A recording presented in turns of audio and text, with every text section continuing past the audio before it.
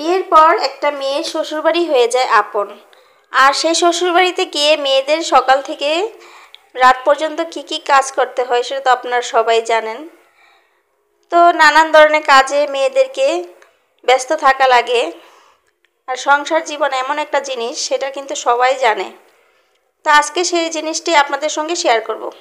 Hello everyone, আসসালামু আলাইকুম। দেখেন, ঘুম থেকে ওঠার পরে আমি সকালবেলা উঠে এই তো মেয়েদেরকে ডাক দিচ্ছি। আর আমার দুটোটা মেয়ে ঘুমিয়ে পড়েছে, আর আপনাদের ভাইয়া কিন্তু দোকানে চলে গেছে। তো এই তো আমার বড় মেয়েটাকে আমি উঠাচ্ছি, ও এখন মাদ্রাসায় চলে যাবে। আর সকাল সকাল ঘুম থেকে ডাক দেওয়ার পরে আসলে ওরা উঠতে চায় না, তাই ওদেরকে আস্তে আস্তে এই তো উঠিয়ে দিলাম। আর ছোটো মেয়েটা ঘুমিয়ে রয়েছে, আর বড় মেয়েটা কিন্তু আস্তে আস্তে রেডি। এই তো ওর ব্যাগ, তারপর জামা কাপড় এগুলো আমি রেডি করছি। আর এই তো সকালবেলা কিন্তু নানা ধরনের কাজ থাকে। আমি আসলে কিছু মাছ আছে, মাছকে খাবার দিয়ে দিলাম। তো ওদেরও তো আসলে ক্ষুধা লাগে, তাদের তো যত্ন নেওয়া লাগে। তো ঘুম থেকে ওঠার পর কিন্তু নানান ধরনের কাজ করতে হয়। তারপরে ঘরটাকে ক্লিন করা লাগবে, থালা বাসন ধুতে হবে। তো আসলে যে মেয়েটাকে হাত মুখ ধোয়ানোর জন্য ওয়াশরুমে পাঠিয়ে দিলাম। আর এদিকে আমি পাখিকেও কিছু খাবার দিয়ে দিলাম। তারপরে তো থালাবাটিগুলো নিয়ে আমি রান্নাঘরে রেখে দিলাম। আর মেয়েটাকে আসলে পাঠিয়ে দিয়ে তারপর ওর জন্য আমি ঘরটাকে গুছিয়ে নেব। তারপরে এই তো আস্তে আস্তে কিন্তু মাছটা আমি ফ্রিজ থেকে বের করে এখন রান্নাঘরে নিয়ে ভিজিয়ে রাখবো। আর মেয়েটাকে এই তো রেডি করে পাঠিয়ে দিলাম মাদ্রাসায়। আর আমি তার সাথে সাথে এই যে ঘরটাকে ঝাড় দিয়ে নিচ্ছি, প্রত্যেকটা ঘর আমি সুন্দর করে ঝাড় দিয়ে নিচ্ছি। আর তারপরে কিন্তু আমি আস্তে আস্তে ঘরের কাজগুলো করব। তো এই তো আমার কিন্তু ঘর ঝাড় দেওয়া হয়ে যাচ্ছে। আর সকাল থেকে উঠে কিন্তু মেয়েদের কিন্তু বসার কোনো টাইম নেই। দেখেন, আমি কিন্তু বাহিরের সিঁড়িগুলো ঝাড় দিয়ে নিচ্ছি। বাহিরে রাত্রে কিন্তু বৃষ্টি হয়েছে, তার জন্য কিছুটা ধুলা লেগে আছে। তো আমাদের সিঁড়ির কাজটা কিন্তু এখনও কমপ্লিট করা হয় নাই, অনেক কাজ এখনও বাকি আছে, তার জন্য সিঁড়িটা কিন্তু কমপ্লিট হয়নি। তো আমি এই তো পরিষ্কার করে নিলাম সুন্দর করে। এখন আমি থালাবাটিগুলো ওয়াশ করে নিব। তো ওয়াশ করার পরে আমি কিন্তু রান্নাটাও বসিয়ে দিব। আস্তে আস্তে কিন্তু আমার দেখতে দেখতে সব কাজই হয়ে যাবে।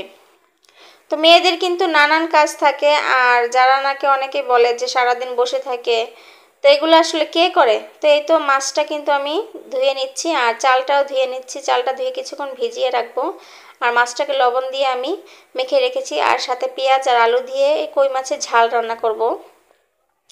তা আমি সিম্পলভাবে আজকে রান্নাটা করব। তো কিছু আলু কেটে নিচ্ছি আর পেঁয়াজটা কেটে নিচ্ছি ছোট ছোট করে। তা দিয়ে আমি আজকে রান্নাটা করে নেব। তো আমার মেয়ে চলে আসবে, আর এক চুলায় আমি ভাত বসিয়ে দিলাম, আর এক চুলায় আমি ডাল বসিয়ে দিলাম। আর এদিকে আমি এগুলো সব ধুয়ে পরিষ্কার করে নেব। আমার ডালটা রান্না করা হয়ে গেছে, আর ভাতটাও কিন্তু এখানে বলক এসে পড়েছে।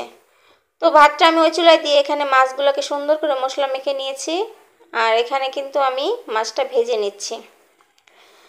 তো মাছটা ভেজে নেওয়ার পরে আমি কিন্তু রান্নাটা বসিয়ে দিব। তো আসলে আপনারা যারা আমার ভিডিওটা দেখছেন অবশ্যই লাইক কমেন্ট এবং সাবস্ক্রাইব করে দিবেন, আর সবসময় পাশে থাকবেন। তো এখানে আসলে আমি কিছু পেঁয়াজ, তেজপাতা আর মরিচ দিয়ে আলুটাকে সুন্দর করে ভেজে নেব। তার মধ্যে আমি লবণ, সব ধরনের মশলা, যে মরিচ, হলুদ, ধনিয়া গুঁড়া, আদা রসুন এগুলো দিয়ে সুন্দর করে কষিয়ে নেব। তো একটা মেয়ে কিন্তু সারাদিন অনেক কাজ করে থাকে, কিন্তু আসলে কি দেখতে বুঝেই যায় না যে মনে হয় যেন দুইজন মানুষ সারাদিন বসে থাকি, কোনো কাজ টাজ করি না। তাহলে আসলে ঘরের কাজগুলো কে করে দিয়ে যায়? আমার কিন্তু কোনো কাজের এক্সট্রা কোনো মানুষ নেই। তো আমি সারাদিন কিন্তু আমার দুটো মেয়েকে নিয়ে নিজের কাজগুলো নিজে গুছিয়ে রাখি, আর সংসারটাকে সামনে রাখি। তো পরিবারে কিন্তু সবাই আলহামদুলিল্লাহ এরকম কাজ করে থাকেন। তো আপুরা, ভাইয়ার, আমার ভিডিওটা কেমন লাগলো অবশ্যই জানাবেন। আর এই তো কথা বলতে বলতে দেখতে দেখতে আমার রান্নাটা কিন্তু প্রায় শেষ। এখন আমি খাবারটা খেয়ে নেব। আর এই তো ভাতের সাথে আমি তরকারিটা নিয়ে নিচ্ছি। তো সবাই ভালো থাকবেন, সুস্থ থাকবেন, আর আমার জন্য দোয়া করবেন। যদি ভিডিওটা ভালো লেগে থাকে অবশ্যই লাইক দিয়ে দিবেন, আর কীরকম ভিডিও দেখতে চান অবশ্যই জানাবেন। তো সবাই, তো এই তো আমি এখন খাবারটা খেয়ে নেব, আর গ্লাসে পানি ঢেলে নিলাম।